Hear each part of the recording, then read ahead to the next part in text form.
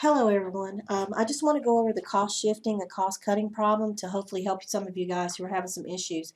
You need to make sure that you're reading under that cost shifting problem how the breakdown is. I'm going to use an example in your book first on page 111. What you're looking at, guys, is how much it's going to cost that business to provide that care for your patients. So what you need to do is, if you see on the bottom of page 111, they set it up in a chart where you have your financial classes, you have the number of patients. Well, if you come up across the top and it says cost, what you need to do is look above in the middle of this chart. It says it costs this company $1,000 per patient. So you need to take your 30 patients times 1,000, which would be 30,000. In your homework, it says 15 Medicare patients who pay 2,000 per diagnosis. So your cost is 2,000. So what you need to do on your first line of your homework is take that 15 times 2,000, and that's going to give you 30,000. What you would go over to your charges, well, I just told you the cost. So you again would take on page 111, you would take that 1,000 times 30, and you get 30,000. And in your homework, you're going to take their cost of that 2,000 times 15, and that will give you 30,000. Your collections, guys, if you go up to Medicare on page 111, it says they will pay $850 per patient. So if you take 30 times 850, I'm going to do the math, should be 25,500. Well, you're going to do the same thing. On this one, it says they pay, Medicare pays 2,000, so you can get 30,000 again. There is no loss in your homework because they bounced out.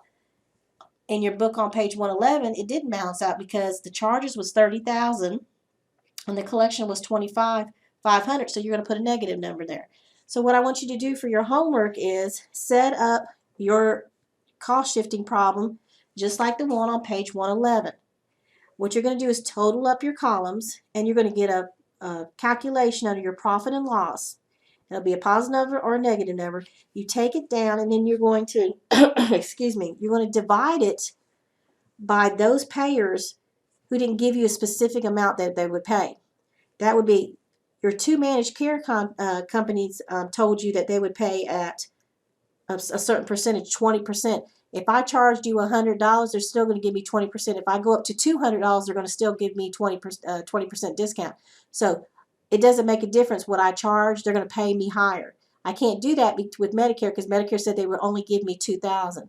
The private pay one will pay whatever you charge. So those are the three that you're going to take the cost that you lost and make them pay for that. So what you set up your formula, which you're going to put on the top of your division line, you're going to have the profit loss amount. And below that, you need to take your managed care, the first one that pays at 20%, and you need to multiply it by 80%.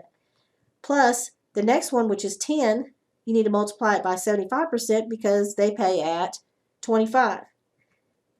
And then plus 10. So your bottom line, I'm going to give that to you just to make it a little bit easier, would be 20 times 80% plus 10 times 75% plus 10. So I want you to do your math, and it's going to give you the new charge that you need to add to that 2,000, and that's going to be your new charge. So then you turn around and go to the cost shifting. Down, you're going to do another one, and then you're going to break it down with that new information. Instead of the 2,000 as the cost, what is your new charge going to be, and then it should balance out. So use the example on page 111 and 112 through 113, 112, because it will take you right through that problem. So good luck. I hope you can get it done by Sunday, and I would tell you to contact me, but this is Friday, so it's probably going to be a tough time. So just again, read the problem and use the example on page 111 and 112. Thank you and have a good weekend.